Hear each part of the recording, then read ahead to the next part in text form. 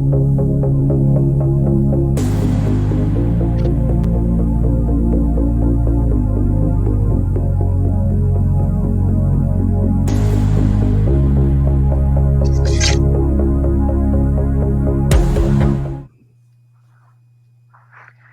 everybody, and welcome to a special bonus episode of all podcasts. Both this Fat Girl Life and the Rope of Hope. This is being simultaneously broadcast across both of those pages, as well as the This Fat Girl Life business page.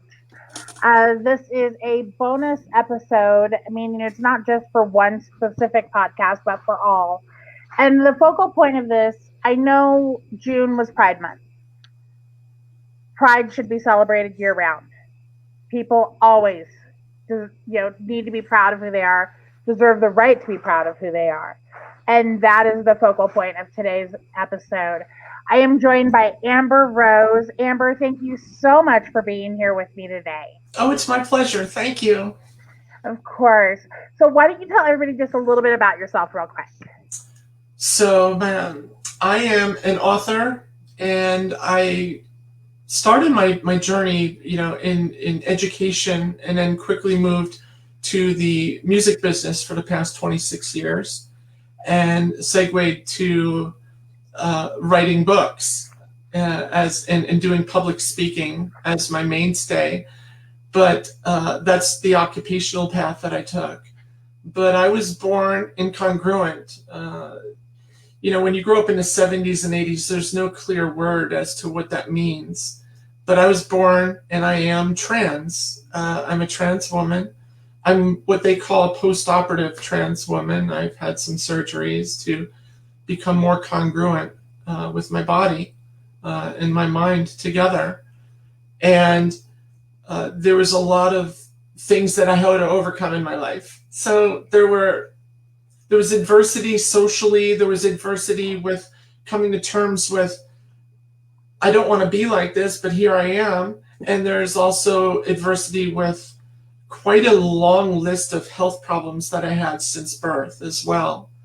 And my story is one of trying to triumph over that adversity and show people that no matter what you're dealing with, no matter what it is, that you do have the power within you to succeed in your life, whatever that word or measure of success is. You do have that power within yourself to make those positive things happen within your life if you just have the right mindset. And that's really what the focal point of a lot of my talks are. Well, and you mentioned, growing up in the 70s and 80s. So that puts you and I right around that same age range. Not going to say that number because, yeah. Oh, I'm happy to say it. I'm 49 plus 3. That's what I call it. I'm 45. So we're pretty darn close. Yeah. That was a time where I'm now looking at the LGBTQ plus community. I think it's easier now to be able to vocalize the fact that you are trans, as opposed to 70s and 80s when things were very, very different. Yeah, there were people that would come out as trans. Obviously, we have in the late 1960s, we had the Stonewall riots that started the gay movement, but that was actually started by, a group of transgender women that started the entire gay movement. A lot of people don't realize that. And very small percentage of people that were trans actually came out of, they call it coming out of the closet. Mm-hmm. I disagree. I don't think trans people are in a closet. I think we're in a deep, dark, dank basement, in this dark place that's so much different than just simply coming out of the closet. Now, that doesn't make things any more special about being trans versus anything else. It's just that the issues that face anybody in the LGBTQ can almost seem insurmountable, but when you're trans, there's so many different levels or things you need to experience and go through on a societal level that that you just didn't even know was out there, and the mythology and the misinformation that people have on this topic is just run amok. It's unbelievable. So what I try to do is dismantle that disinformation campaign that gets started by honestly a group of different pathways that started those misgivings and the mythology, just to start scrubbing that away, because it's not based in reality. And people that listen to my talks often come back to me later and say, wow, I actually never knew that, and honestly I fact checked you just in case. And they're pretty astonished at the things that they're not told that they're actually so you know So going into your personal story, your personal journey, when did you start realizing within yourself that this you were not yeah in the right in the that I right was body, different. or yeah. Yeah. I'm sorry, I'm trying to word it No, properly. it's okay, don't worry. There's a million ways to word it. I was so the entire premise of my book, which is called Hiding from Myself, is based around my life and all of the extraordinary things that happened within my life, both good and bad. Uh, and within that book, I talk about, well, when did I know? And I knew at the age of 4, concretely. And people always say to me, no, 4-year-olds don't know that sort of stuff. Someone obviously indoctrinated you, or you were abused as a child, and none of those things happened to me. In fact, what I've been able to prove to people is that every single human being on the planet, including yourself, knew exactly who or what you were during the ages of articulation. And if you look at psychology, the ages of articulation typically run between the ages of 3 and 9.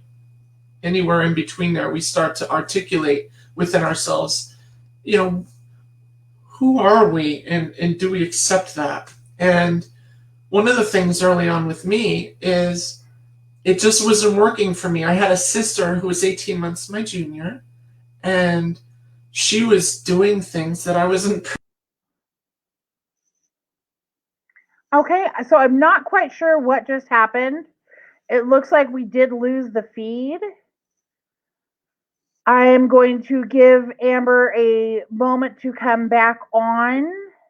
Really bizarre. I don't know. Oh, there you are. That was weird. It said your connection has ended. That was weird.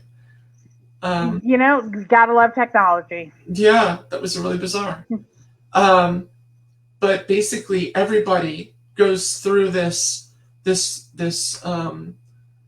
understanding, this sense of self that is in each one of us. The difference is when you're born congruent, that is your mind, your brain, your actual physical brain and your physical body, align correctly. You don't think about the who you are sort of stuff consciously. It's an unconscious sense of who you are. So, for an example, and I'll go to the extreme of stereotypes here. You're assigned female at birth. Your mom and dad let you grow your hair out.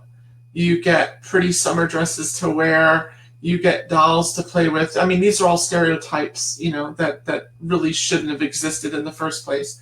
And you take ballet lessons, for example, or there's all sorts of social things that we've embedded within the gender construct to affirm the fact that you're female, and there's a difference between a female and a male in that sense. That dual thing that we call the gender binary, which is also a misgiving and not accurate at all. And when you're born incongruent like myself, you realize at a very young age that it's a conscious thought. It's something that permeates every moment of your awake life. And it's bothersome. It becomes very painful after a while, because you know that something isn't jiving with you and the way you're being treated. That being by your friends, your family, your siblings, whomever. And for me, I remember the night that this happened. Mom had to repeat it to me several times because when you're 4 years old, you don't remember details. So mom used to give me the details back in the day. And I do remember a lot of it. I was kneeling at the edge of my bed because I was brought up Catholic. So being brought up Catholic, you say your prayers every night. So we were doing the Lord's Prayer, and you hold your hands towards your head and you kneel by your bed and you do it. And we finished the Lord's Prayer, and lead us not into temptation, but deliver us from evil. Amen. And then mom says, okay, honey, give God your own personal message. Talk to God. Ask him for what you want. I said, okay. How do I do that? I didn't know what she even meant, right? So it was, for a 4-year-old, that's a hard concept to sort of get a grip on. So she helped me, and she says, all right, let's try this. God bless mommy and daddy. God bless my sister. God bless my friends. All that sort of stuff. Now just talk to God yourself. Just say anything you like. And I didn't know what to say again. So what came out of my mouth apparently was me getting closer to the bed, putting my head down and saying, God, please fix me by morning. And my mom goes, oh, honey, what's the matter? Are you feeling sick? And she puts her hand to my head as if I'm sick. And I said, no. And she goes, tell me what's wrong. Why did you say fix you? What needs fixing? And I didn't really tell her right away. And then I finally blurted out, Mom, am I a boy and a girl? She goes, no, why would you ask that? I said, I just don't know. And she goes, well, no, honey, you're just my handsome little boy. And boy, was I angry with her for saying that, because I was expecting her to say, yeah, honey, you're just my daughter, but something happened and we have to do things a little differently with you. But, that's temporary. That was my expectation. But what the reality proved was, you're just my handsome little boy. And my mom was a nurse, so I started crying when that happened, and she put me back in bed and she said, listen, everything's going to be okay. You're going through a phase, and it's so difficult to be a youngster, to be a little child and try to figure life out. It's really hard, and sometimes things bother you and you don't know what it is, and we all go through a phase, and some people go through different phases than others, and you seem to be going through one. So don't you worry, not even a second, you're going to be fine. And when your mom says that to you, that's gospel.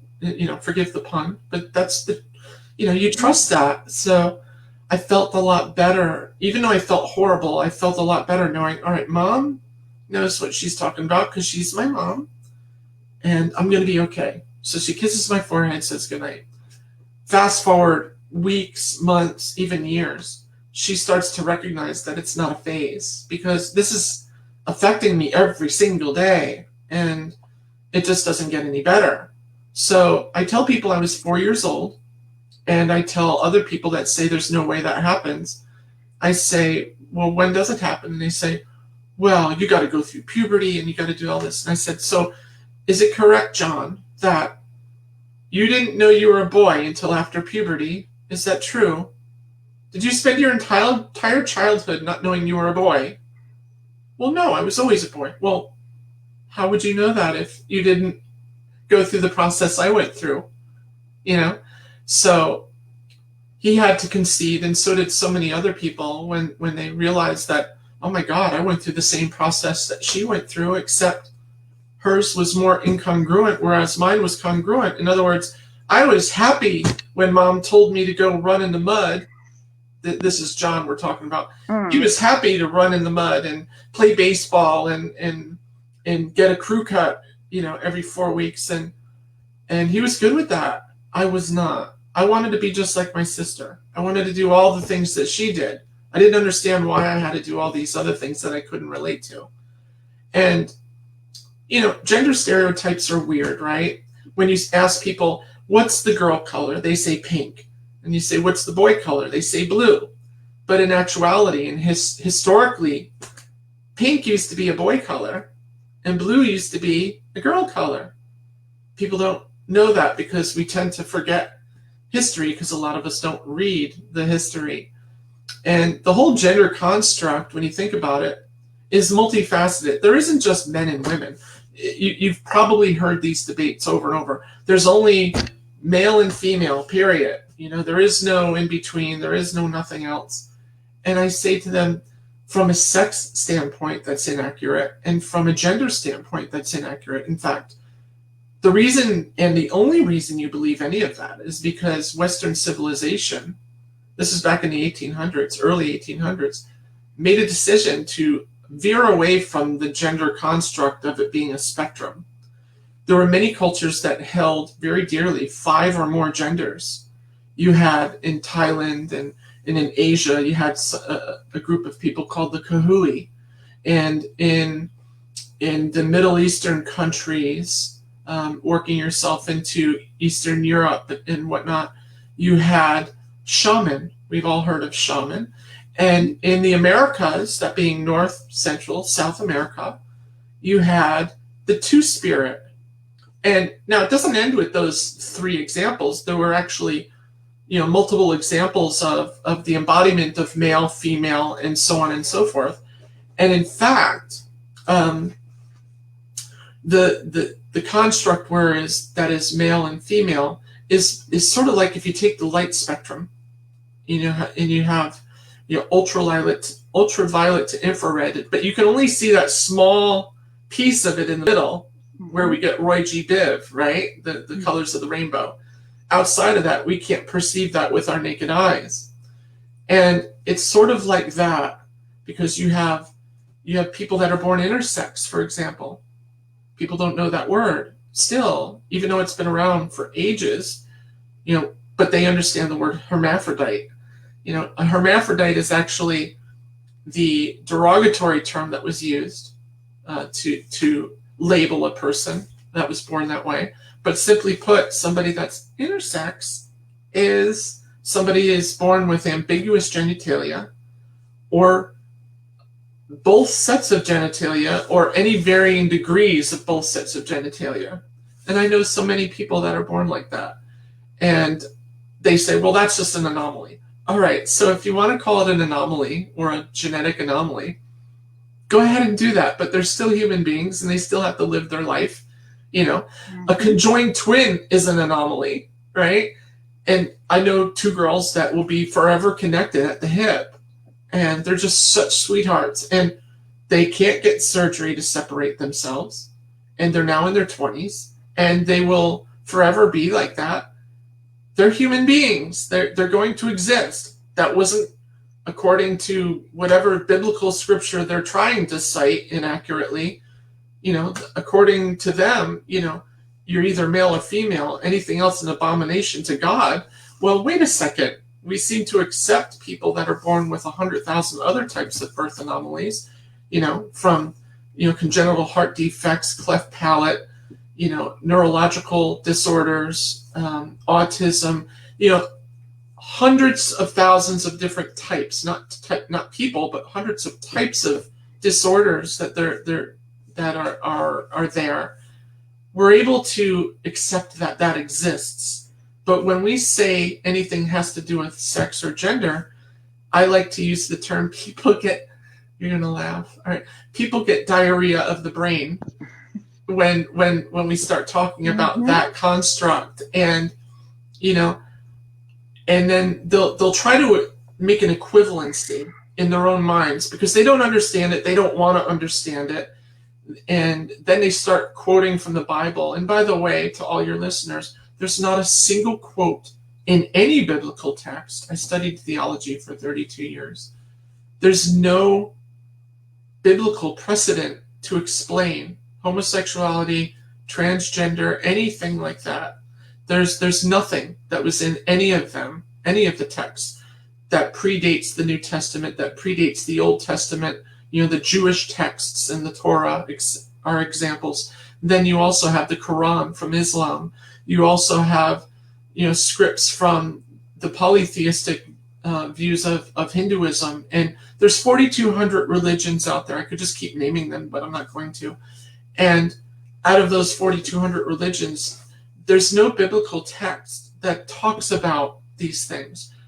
In the Christian faith, in the 1940s, the late 1940s, they added the word homosexual to the Bible. What people don't realize is the Bible was reinterpreted and rewritten several dozen times over through the ages. Mm-hmm. It's not that. In fact, the original Bible isn't even in existence. All they have is they have different codexes that they work from, right? And it's just a bunch of authors and a bunch of passages written by men around anywhere. And if we're talking about dates that predate Christianity, anywhere from 5,000 to 2,000 years ago. And in fact, what they call the New Testament, oddly enough, didn't exist until Constantine in the year 325 AD. That's 325 years after the death of Christ. Called together the First Council of Nicaea. And what that was 200 theologians of the time that would get together and decide which books would be compiled into what we now call one of the New Testaments. Of course, there's several New Testaments, right? The NIV version, the King James. Mm-hmm. I mean, I could go on with a list forever with how many interpretations there are, because there's 33,000 plus denominations of Christianity now, because none of them can even decide on the correct interpretation of what they want to follow. So, of course, God wrote the Bible, right? No, God didn't write the Bible. I believe in God, right? I'm a very spiritual woman, but to somehow equate a bunch of men writing the Bible and then citing that God believes this, or God wants this, or God wants that, when a bunch of men wrote these texts, is kind of disturbing and scary, because it actually pushes people away from God. So what I tell people, I say, don't go away from God because you disagree with a religion. That's why there's 4,200 religions all doing this to each other, So what you need to understand is that there's a huge distinction between the word religion and the word spirituality. They are two completely different constructs. Mm-hmm. Religion is man-made, whereas spirituality is both an internal and an external construct that leads to God, whatever God is, right? A lot of people say the Father, or he, or him. They've engendered him. Why? Well, that's easy too, because the Bible was written in a very patriarchal, misogynistic period in our human history. And in fact, we're still living in the end ages of that part of our history, right? It's still very patriarchal in the 21st century. And when we look at those things, of course, God is a he, right? But the reality is that most people, even Christians, will believe that we have a spirit. We are light energy. And if that's the case, then, God's not a he. God's also not a she. Like when people get mad, they say, God's going to get angry and she's going to get, they sort of try to change the narrative. But the reality is, from all of this studying of different scriptures and trying to get away from dogma, from religion, people say, oh, you're an atheist, or you're a bad person, you've strayed from God. No, I have not. I've actually gotten closer to God because I've gotten rid of all of the baggage that man has created. And now I have a direct connection in relationship with God, which actually brings me closer to my mom that I lost 3.5 years ago, And people need to understand that, while the church did treat me horribly because I'm trans, that's really not my reasoning behind moving away from religion 100%. It had a fair play in it, but that's not my whole reason for moving away from it. And listen, if religion helps people become a better person and it helps them along their path, along their journey that we are here in this three-dimensional world, then so be it. And I'm happy for that. But as soon as they put themselves on a pedestal and everybody else is beneath them, that's a problem. And that's always been a problem through humanity. We've seen it time and time again, war after war after war, conflict after conflict. And we see it in what everyone's terming the social war right now. And that's a shame because, I'm here and so many of us are here to say, listen, we're standing right in front of you. Why are you listening to this guy? Like, what's the one guy's name? Ben Shapiro.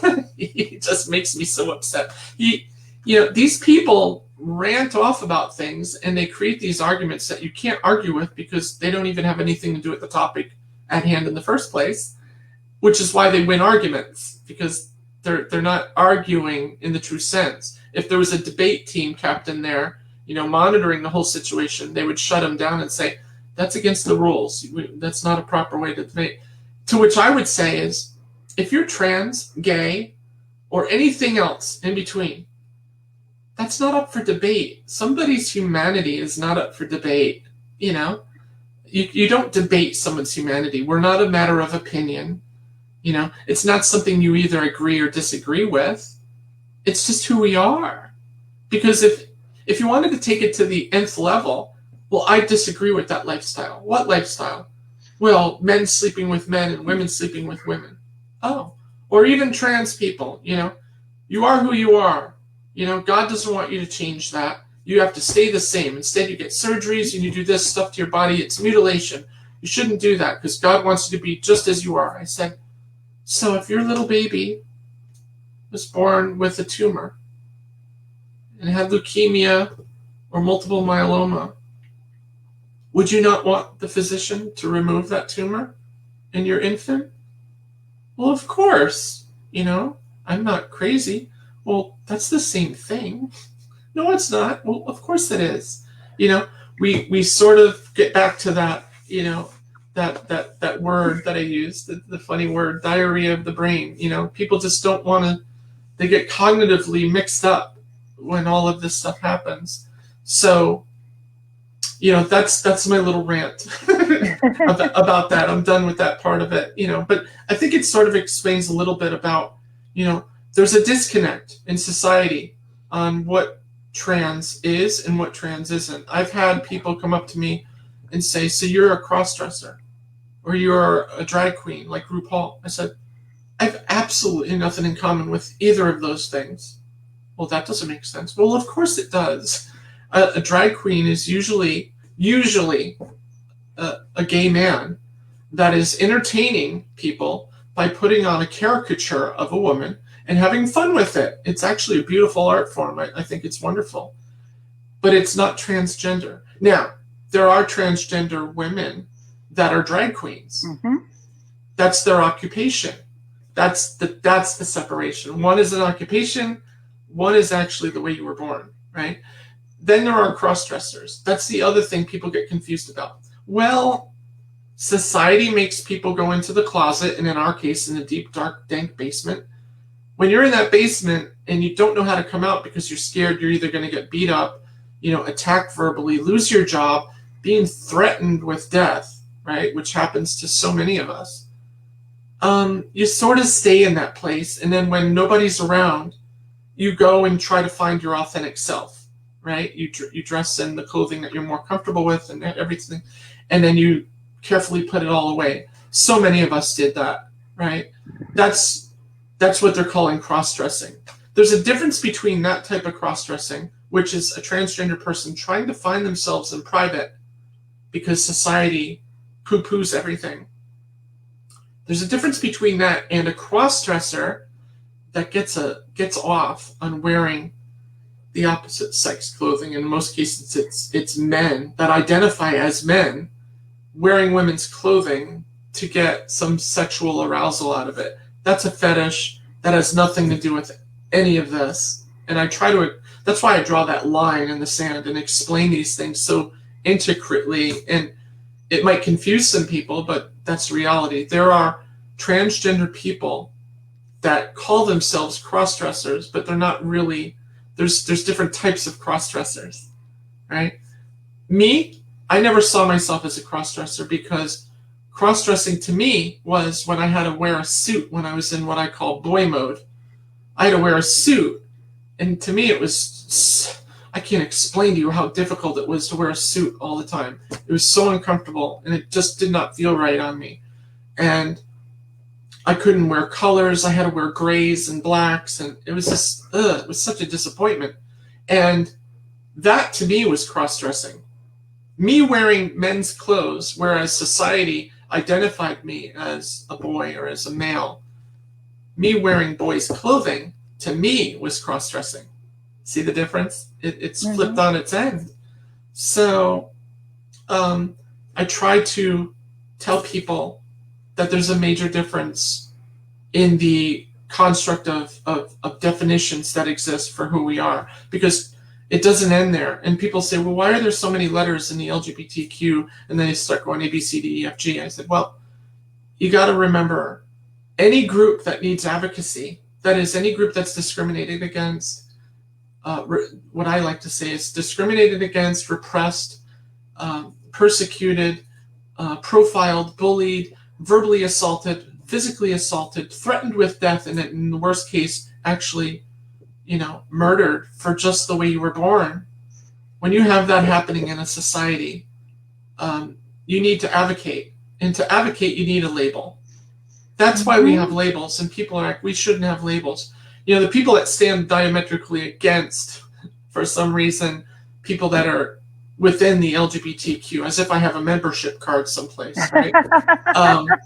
It's funny. And in fact, today, it's been a long time since I've been on Facebook. I don't really care for Facebook too much anymore. I find it rather toxic. So I go on Facebook to simply talk to family and friends, and that's it. But somebody found me in an authors group, and boy, did they just start going down the wrong path. They said, I see that you're part of the LGBTQ, which is way too many letters to begin with, and it annoys me. And I was like, oh boy, here we go. And he says, they're going to add the P to that, so you should run away from them, as if it's, once again, as if there's a membership card that I hold, right? LGBTQ is just a way in society that separate demographics of people that fall under an umbrella can find advocacy to get equal rights and to express who they are without fear of death or losing their job or family or anything else, because society has this ridiculous standard of who we should be. And it affects absolutely nobody other than the person that has to live that life. And most of us that are born like me, we don't want to be like this. I don't want to be like this. I had to endure the wrong puberty the first time. And in doing so, there's a lot of things that happen to you in that puberty that are permanent. And to undo those things is very painful, very expensive. That's why you see so many people that are so diverse within the community. Some people that actually don't transition because they can't afford to, or perhaps they have a health issue that prevents them from transitioning. But that doesn't make them any less transgender. Let's just back up for a second. I don't like the word transgender, by the way. It's the most widely used word in society today to describe people like myself. But if you really tear apart the nomenclature bit by bit, transgender, never in my life did I change my gender. My gender expression, my gender, who I was inside, my sense of self was always female. So I didn't change my gender. My gender's always been that of female. I always knew I was female. And that was not really divulged to me until I saw a doctor who was a neurologist who explained to me, we've done a lot of studies and we found that transgender women like yourself, if I were to put up 3 MRIs, your typical female, your typical male, and then you, if we look at their brains, especially the cortical region of the brain, you would see that in a female, it's thick, the lining is thick, and that there are these substructures that I'm sorry, I'm just not going to name because they're like 20-letter words. They sort of come out like spider veins and on a certain part of the brain. And that's a physiology thing. It shows that there's a physical difference between the male brain and the female brain, because in the male brain, the cortical region is very thin. And what they have found through these studies is that people that are transgender, like myself, have a thick cortical region, just like any other female. So what they started to explore is, in the first trimester, we all know that the body differentiates, right? Your sexual characteristics differentiate. into your primary, reproductive organs. In the second trimester begins a journey of the brain differentiating.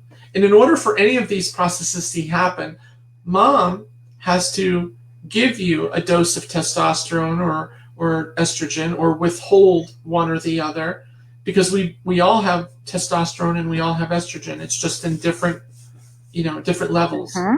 So in something in the second trimester with folks like me seems to break down there.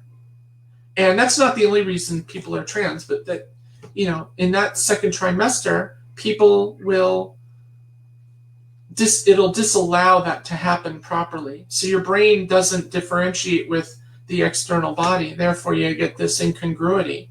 And they're finding that that's happening on a spectrum as well, which gets into people that are gay and people that are trans, and all of the different facets in between all have a similar process happening when that happens. And that's why we're able to say we're born this way. They have now identified possibly 20 genetic markers responsible for this.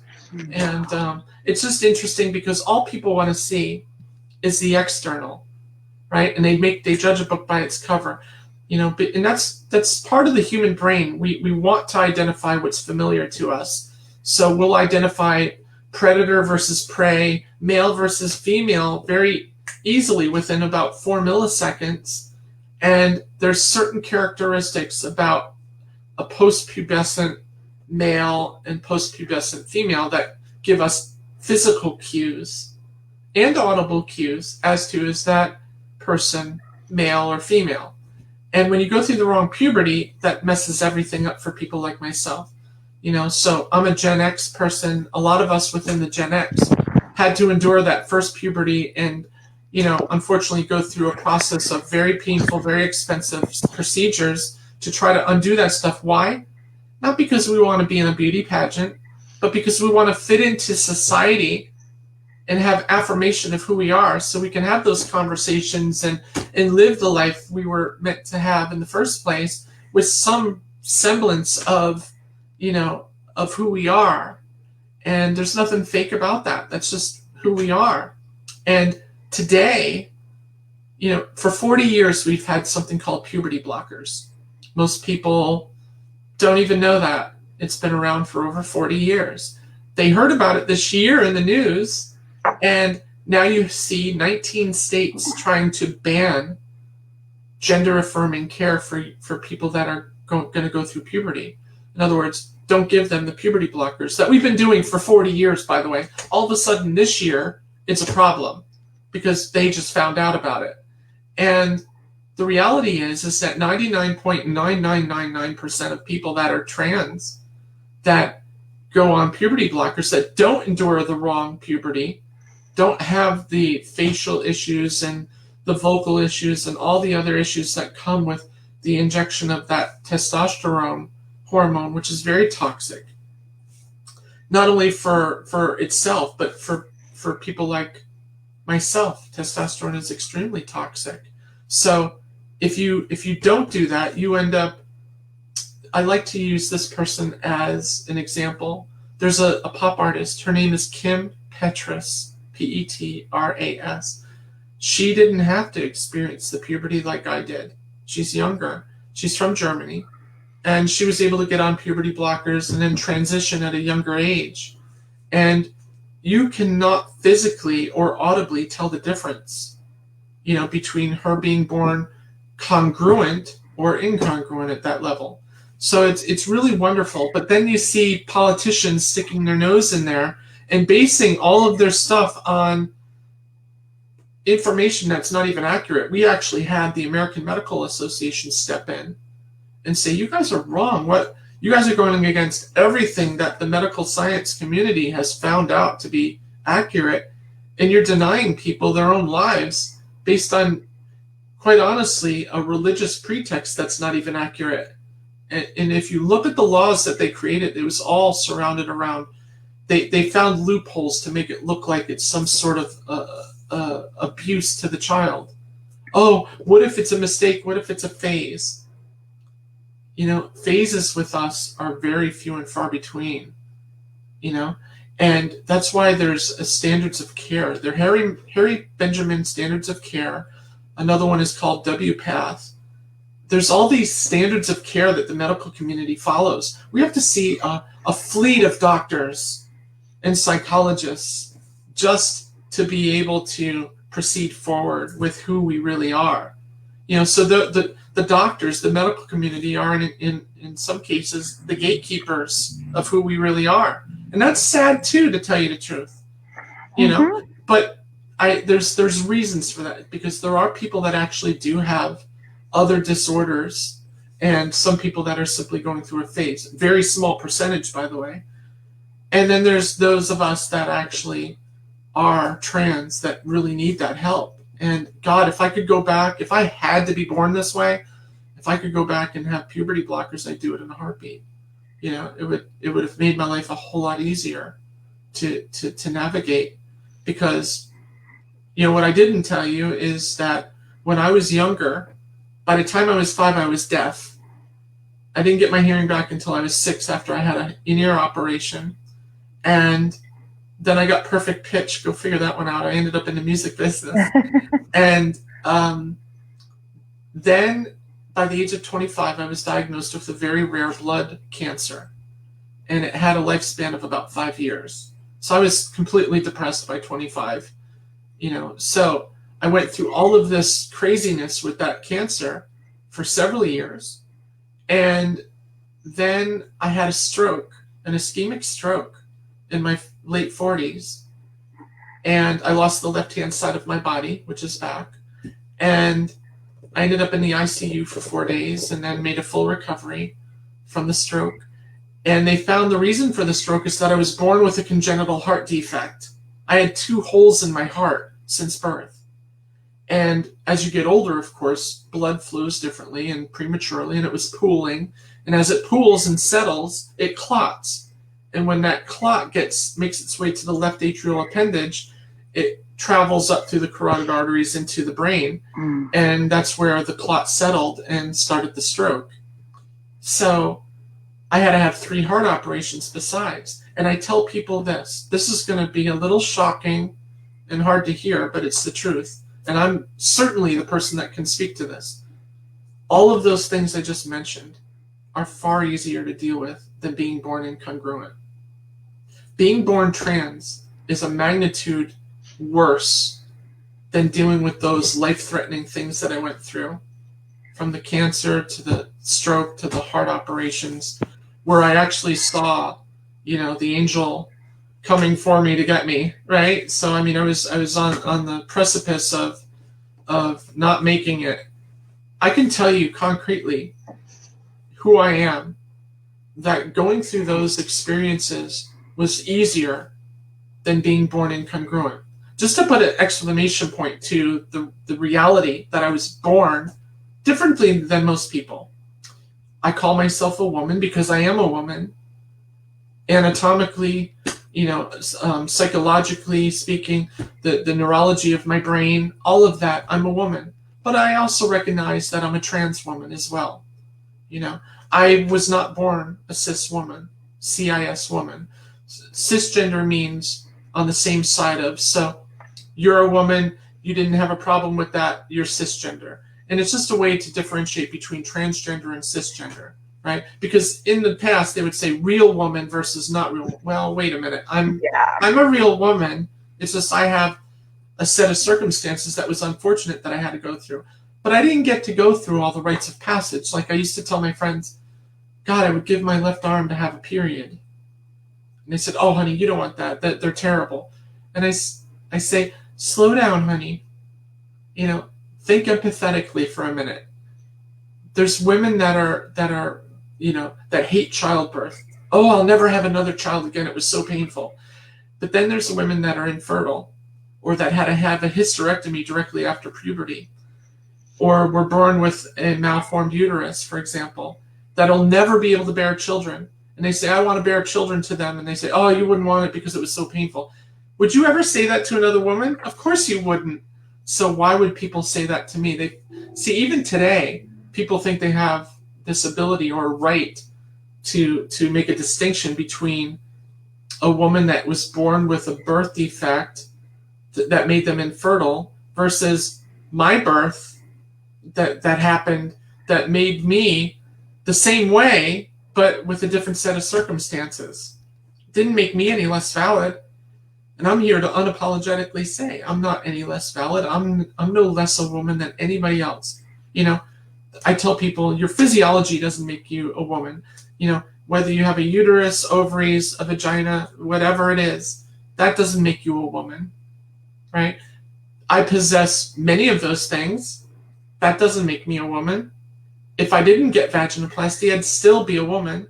You don't need to have that in order to be who you are. Whether I was a male, a female, somewhere in between, non-binary, right, non-gender conforming, all of these different subsets that exist out there. You know, who you are is who you are.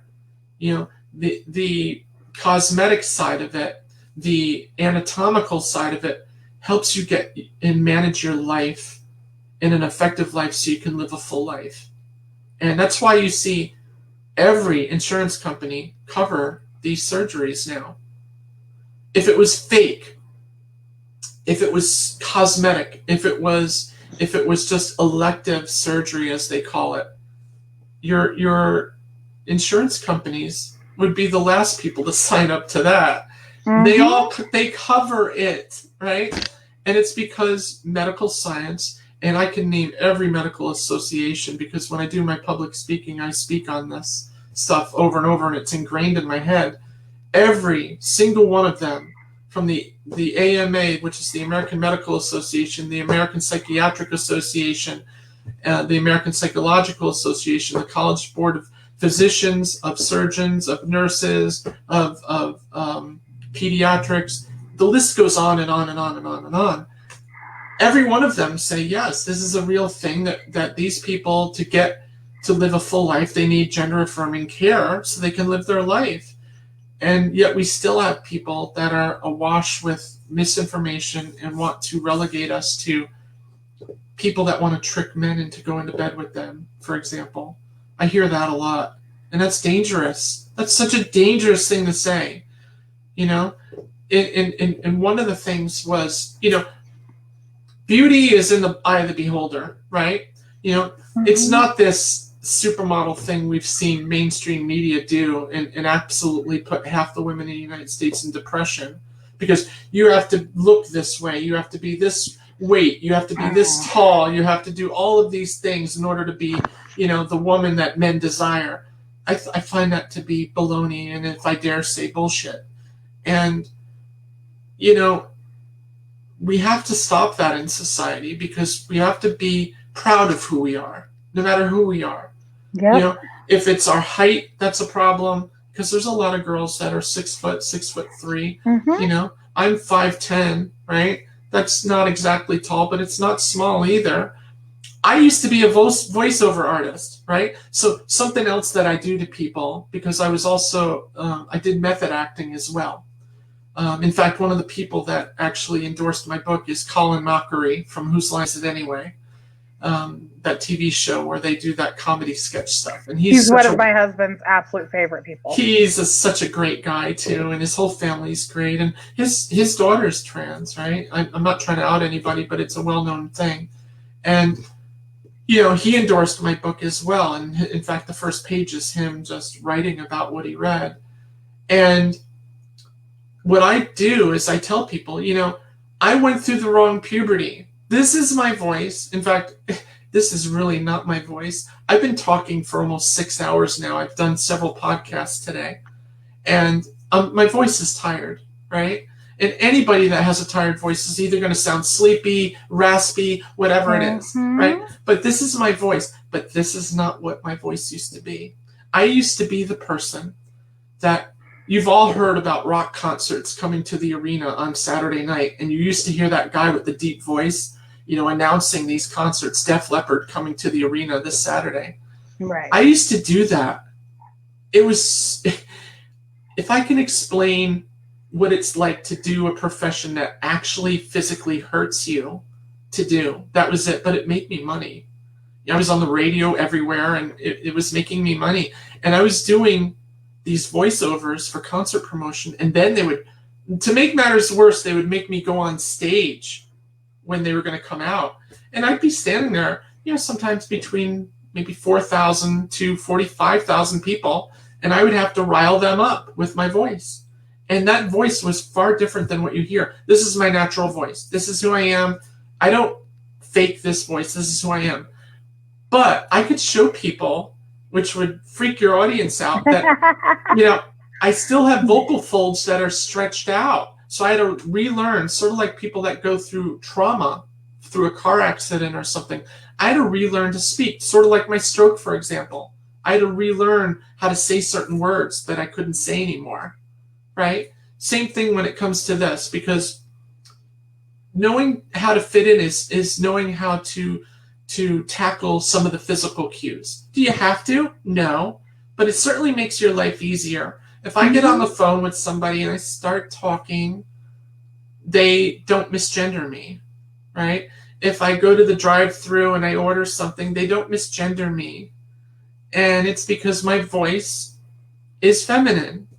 And if it was the way it used to be, I would always be misgendered, because do you want me to do it for you? I don't mind doing it. In fact, sure. a lot of us will do it. And sure, we'll bring a character that I used to do when I was doing some acting into the situation. His name is Ryan.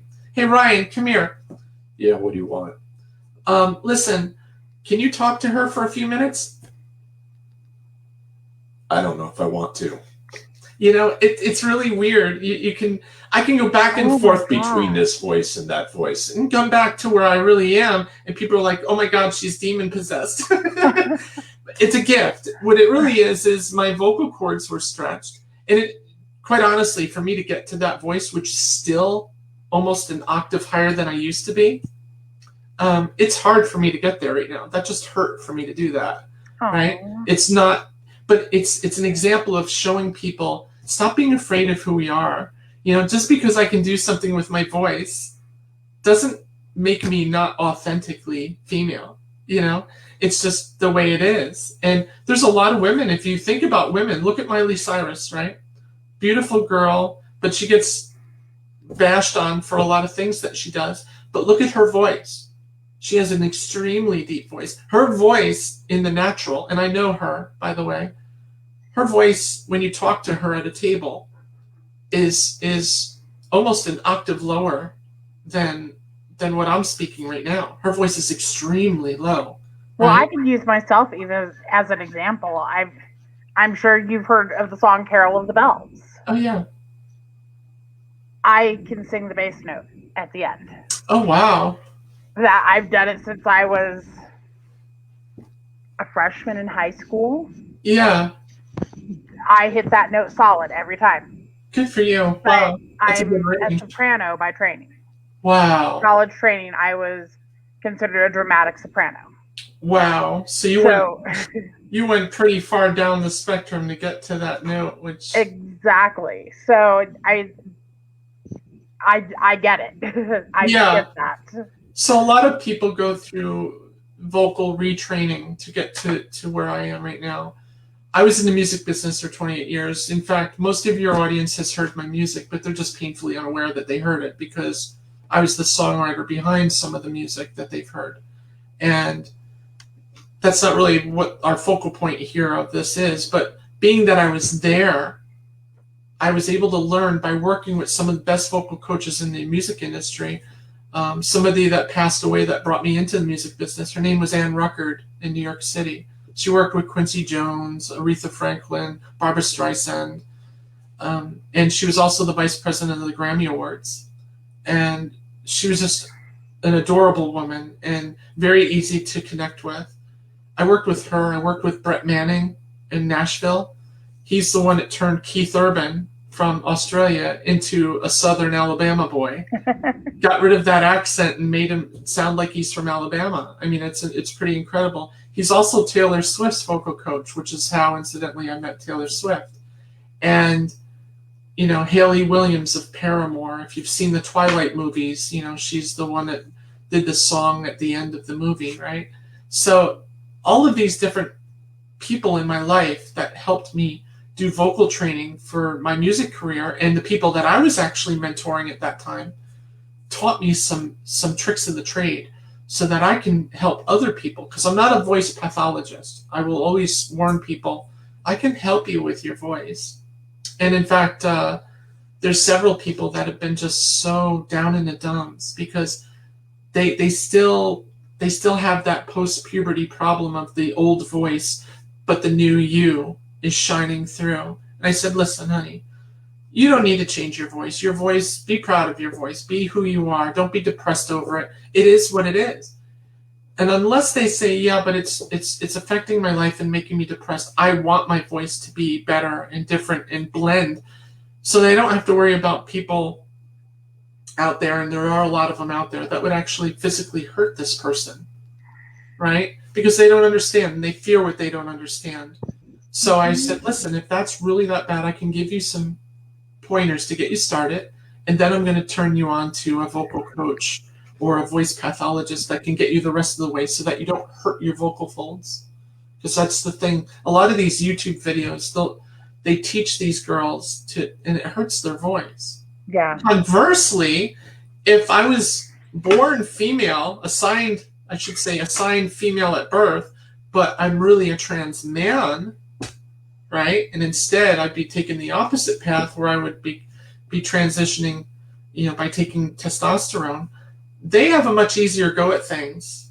In fact, it's an order of magnitude easier because their voice deepens because of the testosterone.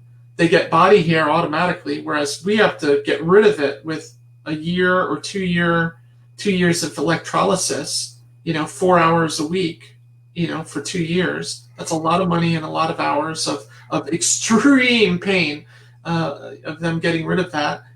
And they also get muscle mass, right? Whereas we have to try to figure out how to have that muscle mass evaporate off of us.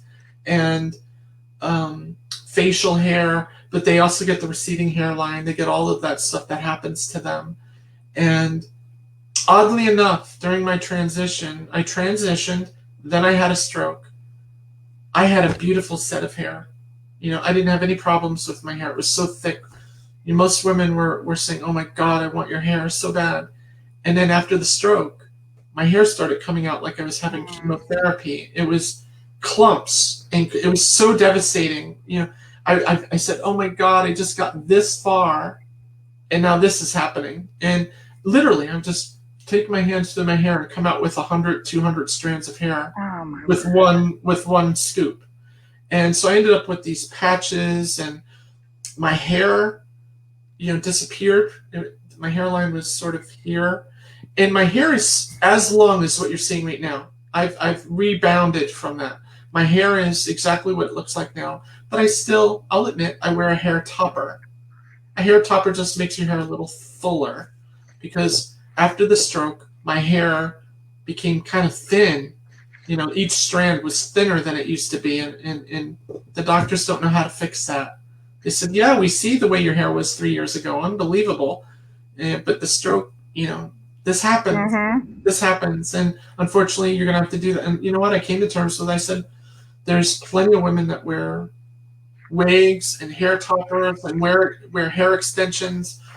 Fine. Mm-hmm. I'm good with it, So the only time that I'm uncomfortable is when I'm swimming, right? Because you have to figure out the right way to make your hair look so it doesn't look like the darn thing is on wrong or something. So typically I do a good job with that, but it's been hard. But other than that, I really am a strong advocate for transgender youth and trying to protect them from, all I can call them is monsters that want to prevent them from being who they really are, because they just simply don't understand what gender is and what that whole construct is really all about. They stopped learning science in the 8th grade. With if you're XX, you're a woman. If you're XY, you're a man. End of story. No, there's a lot more to the human condition than just that. All that those things do is define what your sexual characteristics are. Like, what organs do you have? Right. What's your reproductive system going to look like? I mean, it does more, but in a nutshell, that's how you can define that. Yeah. Well, I know through this entire process, there were so many parts that you've described that were hell. But I want to thank you for going through that hell, because from my perspective, that has given you a voice to help others. And without that hell, you wouldn't be in the position you are to help.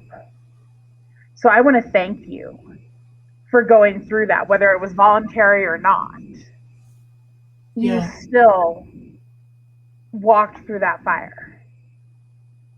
And so even as, a cis female, I want to thank you for that. Well, that's touching that you even say that. It's not an easy ride for people that are in a marginalized demographic. And I used to say I represent 0.7% of the human population. 0.7%, not even a single percent. Now we know that, when you include birth to 18 years old, which is not in that number, trans people represent about 1.4 to 1.8% of the human population, which is a step higher, because we're coming out of the woodwork because we're not scared anymore, because the conversation has started, and people are more accepting and understanding that this is a real thing and not just some circus that they made it into so many years ago. And we're not people to be laughed at or ridiculed or bullied. And I had my fair share of bullying, even by some relatives that decided that it was okay to secretly give me an exorcism to get that demon out of my body and bring me back to Jesus Christ. Unbelievable. The insanity knows no ends. There's no bounds to insanity with the way people look at this stuff. And I'm like, what scripture are you quoting? They can't even do that because it doesn't exist. There's nothing in the Bible that talks about people that are transgender. Everybody loves that go-to, a man shall not wear women's clothes and vice versa. That has nothing to do with being transgender. That has nothing to do with anything. In fact, if you're saying that's an abomination, then you have to also relinquish the fact that planting two dissimilar crops in the same field is an abomination, and that person that was growing those crops they're subject to death. They could be stoned to death for doing that. If people would just read the Bible and understand that what you're doing to people like me, with conversion therapy, which has its roots in Christianity and Catholicism, and people giving an exorcism as if my head's going to spin around and I'm going to have green vomit coming out of my mouth. It's really silly. I mean, I laugh at it now, but it's the first. Do you mind if I just read you a paragraph out of my book? Because it really makes sense here. Do we have time? Yeah, we've got just a few more minutes. Good, that's perfect. So I'm just going to read you the very first. It's just 2 sentences. This is the introduction to my book. How the hell did I go from being a shy, do no wrong, and deeply loved child to a grown woman disinvited to Christmas with the relatives? Oh, it was just as well, since I was already busy running from their plan of giving me a good old-fashioned Catholic exorcism.